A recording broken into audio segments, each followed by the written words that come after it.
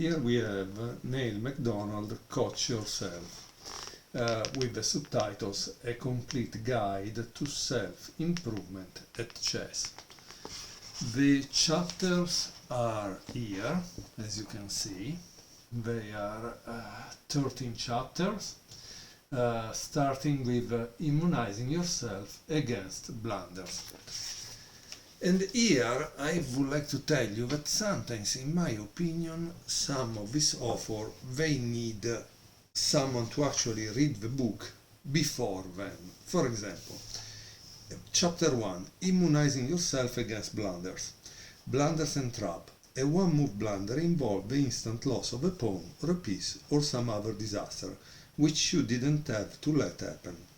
Happily, such misfortune should vanish almost entirely from your games once you start working at your chess.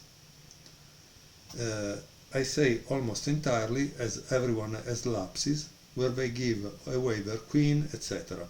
But outside of blitz games and extreme time trouble, they should be so rare as to be front page news.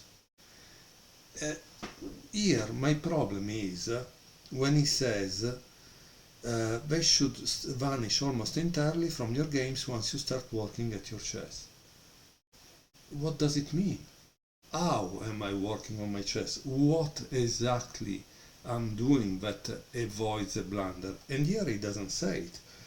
And to tell you the truth, from the amount of world champion that we have seen, not in time trouble, to make mistakes which are big, I don't know, maybe it's not true. Maybe humans are prone to blunders and also make mistakes that are huge.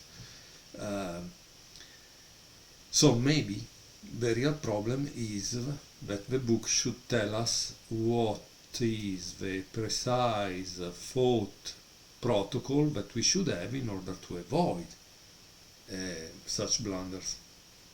But I don't see it, no?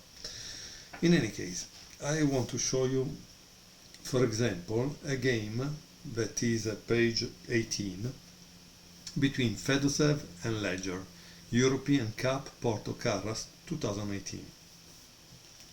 e4, c6, d4, d5, e5, bishop f5, knight d2, e6, knight b3, knight d7, knight f3,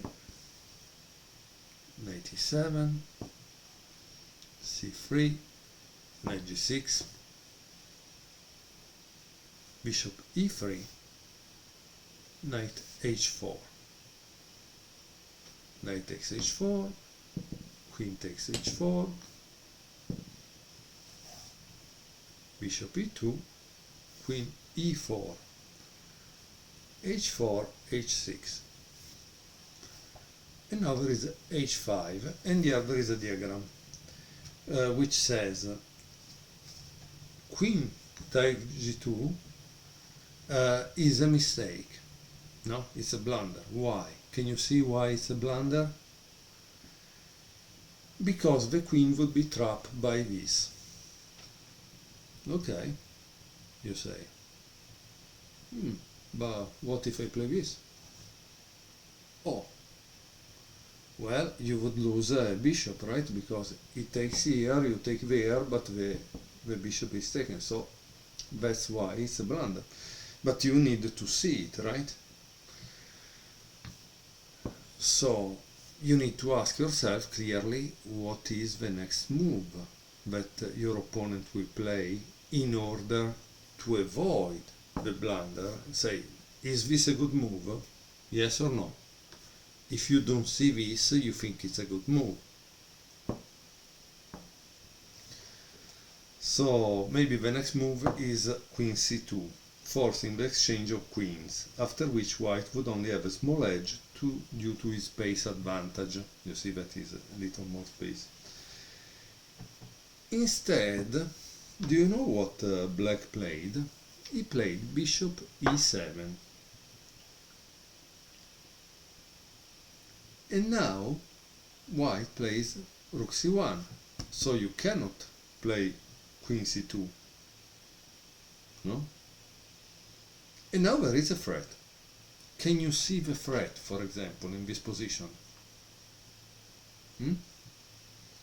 Can you see what white could play that it's a real big danger for black?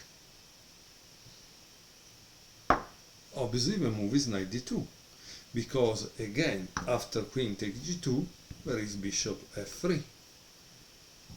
Okay? So let's see. What if black plays this? Bishop h7, right? To give a space to the queen. Well, queen d2. Sorry, knight d2. And after this, what do you think white will play? It will play g4. Okay? So the queen is trapped, and black, that maybe was a strong player, didn't see it, didn't even feel it, no? So probably in this case black has to give up something in order to create space for the queen. So let's return back. Okay, we return back to the position of the diagram when we started, and we do the moves because it was like this, right? So black played this, this, and now black has a problem because he starts to feel that the queen is trapped. Okay, and so what did he do? He played knight takes e5, d takes e5, and queen takes e5.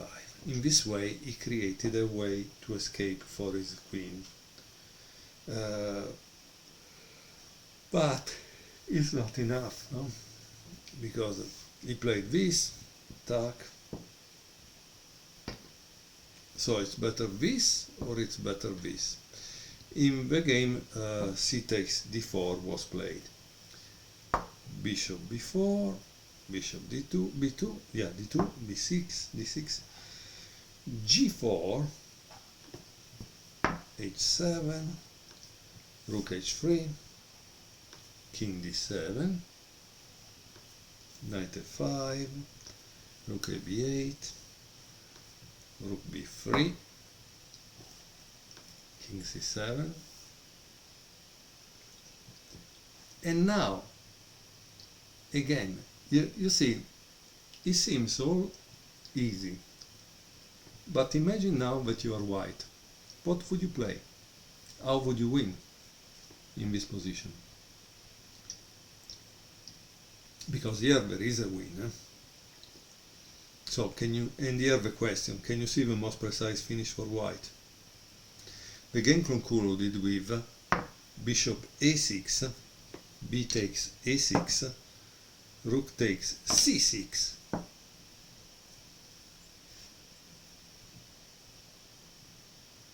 And can you see anything else now?